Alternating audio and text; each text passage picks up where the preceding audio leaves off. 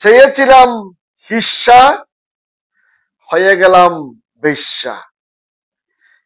এই রকমের একটা স্লোগান দিয়ে ঢাকার রাজপথ গরম করার একটা পায়তারা চলছে। কিসের হিস্সা, কেন এই স্লোগান? হিস্সাটা কি?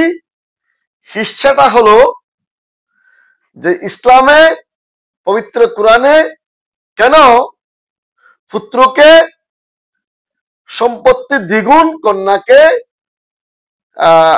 ভাইয়ের অর্থাৎ পুত্রের অর্ধেক দেওয়া হয়েছে, এটাই হচ্ছে তাদের আপত্তি। সেজন্যই বলছে চেয়েছিলাম হিস্সা, হয়ে গেলাম বেশ্যা।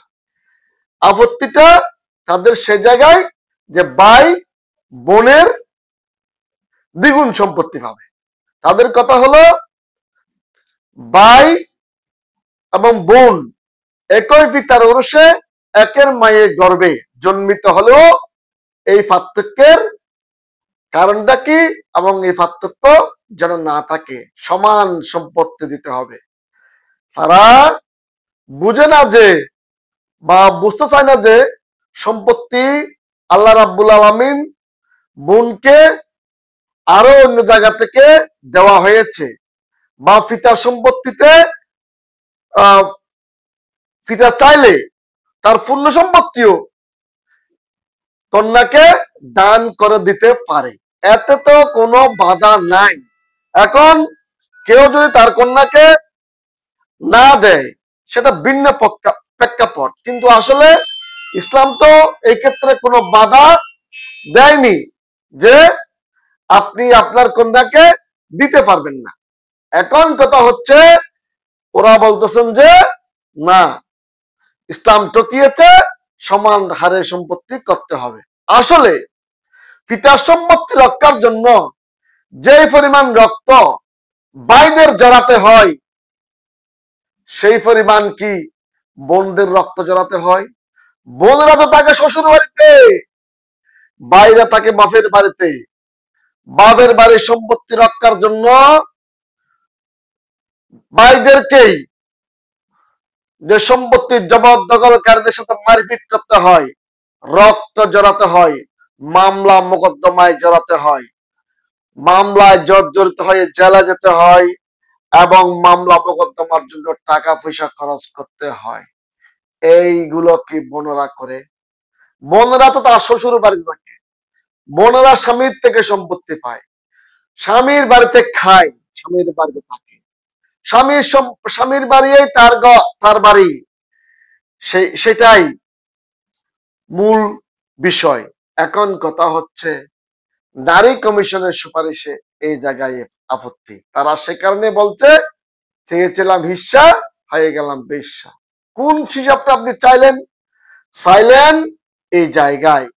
আপনি যদি সব কিছু মিলিয়ে দেখেন যে কোরআনে বা ইসলামে নারীকে টকানো হয় নাই, বরং ইসলামের যেই পরিমাণ সম্পত্তি বা যেই পরিমাণ মর্যাদা নারীকে দেওয়া হয়েছে, সেই পরিমাণ মর্যাদা অন্য কোনো ধর্মে দেওয়া হয় নাই।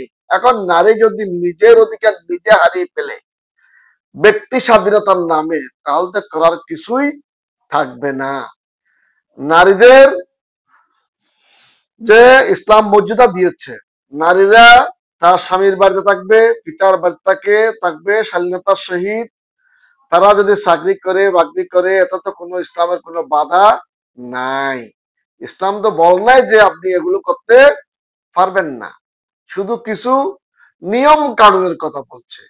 এই নিয়ম কানুনটা মেনে চললে পরে নারীর জন্য সুবিধা, নারীর মান সম্মানের জন্য সুবিধা।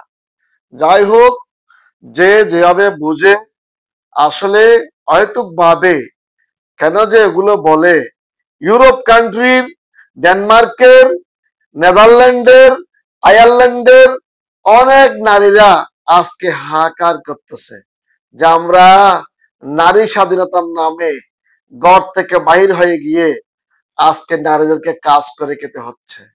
আজকে নারীদেরকে স্বামীরাই বাধ্য করতেছে যে তুমি কাজ করে টাকা নিয়ে আসো।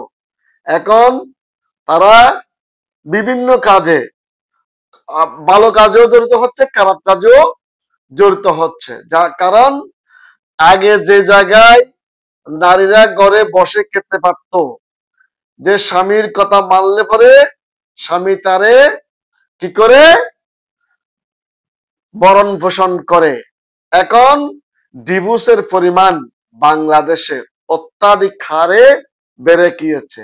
নারী যেমন বলতেছে শরীর আমার, সিদ্ধান্ত আমার, সেই কারণে একটা ভাব চলে আসছে যে স্বামীকে মানার এখন কি আছে, বরের কথা মানবো না, ঘরে আর থাকবো না।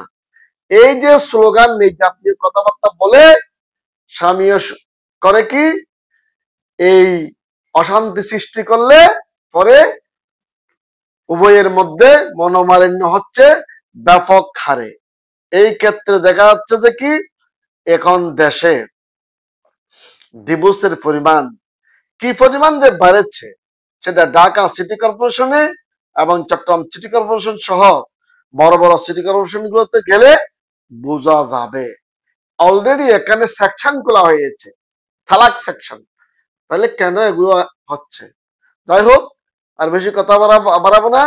সকলেই যে যার অবস্থান থেকে সচেতন থাকবেন, অধিকার আদায় করার জন্য। যে আপনার যে শালীনতা, যে একটা ধর্মীয় ভাব গাম্ভীর্য প্রয়োজন, আশা করি সেটাই আপনারা লক্ষ্য করবেন। হয়তো ভাবে ঘরে ঘরে অশান্তি সৃষ্টি করে, ঘরে ঘরে এই সমস্ত স্লোগান পৌঁছে দিয়ে, এখন তো সোশ্যাল মিডিয়ার যুগ, অশান্তির সৃষ্টি হলে পরে কারো জন্য ভালো হবে না। বাংলাদেশ কোনো ইউরোপ কান্ট্রি না বা আমেরিকান না, এদেশে এইভাবে ওপেন কথাবার্তা বলাটাও তো আমাদের দেশে একটা স্বাধীনতার মধ্যে পড়ে যায়।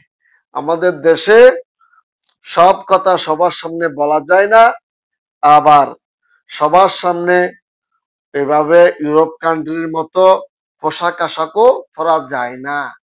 একটা দেশে যেটাকে সভ্যতা বলে, অন্য দেশে সেটাকে অসভ্যতা বলে। সেখানে আমরা একটা সিভিলাইজেশন, একটা সাবজেক্ট ছিল।